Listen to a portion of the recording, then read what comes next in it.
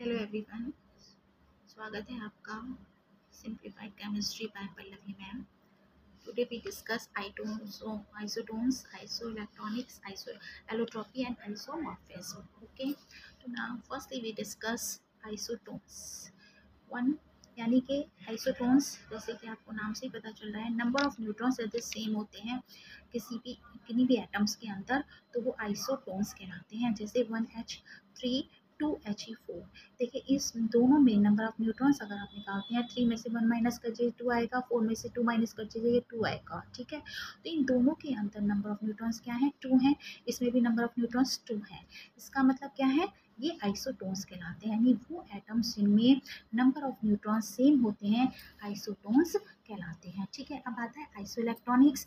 आइसोइलेक्ट्रॉनिक्स यानी वे एटम्स या आयंस जिनके अंदर इलेक्ट्रॉनिक कॉन्फ़िगरेशन जो होता है सेम होता है, वो आपके आइसो इलेक्ट्रॉनिक्स कहलाते हैं। जैसे Mg+2 और Al+3, इन तीनों के अंदर आप देखते हैं तो इनका जो इलेक्ट्रॉनिक कॉन्फ़िगरेशन है 1s2 2s2 2p6 है, तीनों का ही। तो ये क्या कहलाते हैं? आइसो इलेक्ट्रॉनिक्स कहलाते हैं। वैसे तो देखिए इसमें 11 होता है, इसने एक दे दिया तो इस पर प्लस का चार्ज आ गया, एक इलेक्ट्रॉन इसने दे दिया आउटरमोस्ट शेल का, इसके 12 होते हैं, इसने 2 दे दिए तो इसमें प्लस का चार्ज आ गया, इसमें आउटरमोस्ट शेल में प्लस, इसने 3 दे दिए तो इसमें +3 चार्ज आ गया। ठीक है, तो इसलिए इनके सेम हो गए इलेक्ट्रॉनिक कॉन्फ़िगरेशन। तो यानी वो एटम्स या एलिमेंट्स जिनके इलेक्ट्रॉनिक कॉन्फ़िगरेशन सेम होते हैं आइसो इलेक्ट्रॉनिक्स कहलाते हैं। अब आता है एलोट्रॉपी। एलोट्रॉपी यदि एक एलिमेंट एग्जिस्ट करता है डिफरेंट फॉर्म के अंदर, 2 या 2 से अधिक फॉर्म के अंदर वो रह सकता है, तो इस फिनोमिना को क्या कहलाते हैं? एलोट्रॉपी कहते हैं। और वो जो जिन फॉर्म्स में वो रहता है वो उसकी फॉर्म्स क्या कहलाती हैं? एलोट्रॉप्स कहलाता है। ठीक है, एलोट्रॉप्स कहलाती है वो फॉर्म्स, जैसे कि कार्बन 2 फॉर्म में रहता है, डायमंड और ग्रेफाइट। तो ये दोनों की दोनों फॉर्म्स जो हैं इसकी क्या कहलाएंगी? एलोट्रॉप्स हैं। दोनों फॉर्म्स उसकी, ये दोनों के दोनों फॉर्म्स एलोट्रॉप्स हैं, और ये जो फॉर्म फिनोमिना है ये एलोट्रॉपी कहलाता है। ठीक है, लेकिन ये जो एलोट्रॉप्स होते हैं उनके क्रिस्टलाइन स्ट्रक्चर जो होते हैं डिफरेंट होते हैं दोनों के। ठीक है, इसलिए ये 2 फॉर्म्स में रहता है कार्बन। ठीक है, अब आता है आपका आइसोमॉर्फिज्म। आइसोमॉर्फिज्म क्या होता है? यदि डिफरेंट कंपाउंड या एलिमेंट्स एक एक ही क्रिस्टलाइन फॉर्म के अंदर क्रिस्टलाइन स्ट्रक्चर बनाते हैं, है ना, क्रिस्टलाइन, यानी इनके क्रिस्टलाइन स्ट्रक्चर जो होते हैं सेम होते हैं, तो डिफरेंट कंपाउंड या एलिमेंट्स के क्रिस्टलाइन स्ट्रक्चर अगर सेम होते हैं और उनकी केमिकल प्रॉपर्टीज़ भी सेम होती है तो वो आइसोमॉर्फ्स कहलाते हैं उसके।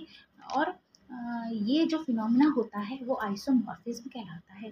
जैसे देखिए आपका फेरस सल्फेट और जिंक सल्फेट है, इसका फॉर्मूला फेरस सल्फेट का FeSO4 7H2 ZnSO4 7H2 आ रहा है।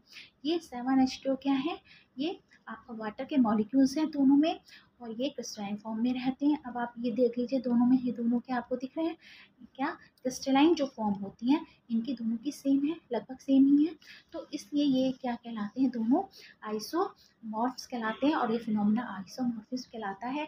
सभी प्रकार के जो आयम्स होते हैं वो इसके अंदर आते हैं, इसी फिनोमिना के, यानी शो करते हैं किसको? आइसोमॉर्फिज्म को शो करते हैं। जैसे कि पोटेशियम एटम है, ये K2, इसका फॉर्मूला है K2SO4, ये Al2SO4 का होल थ्राइस 24H2O।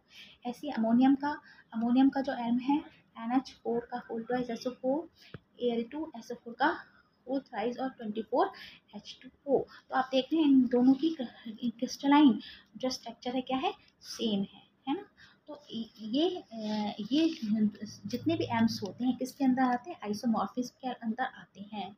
ये आपस में क्या कहलाते हैं? ये आपस में आइसोमॉर्फ्स कहलाते हैं, और ये जो पूरा फिनोमिना है आइसोमॉर्फिज्म कहलाता है। Okay, thank you, I hope आपको समझ में आया होगा। ओके।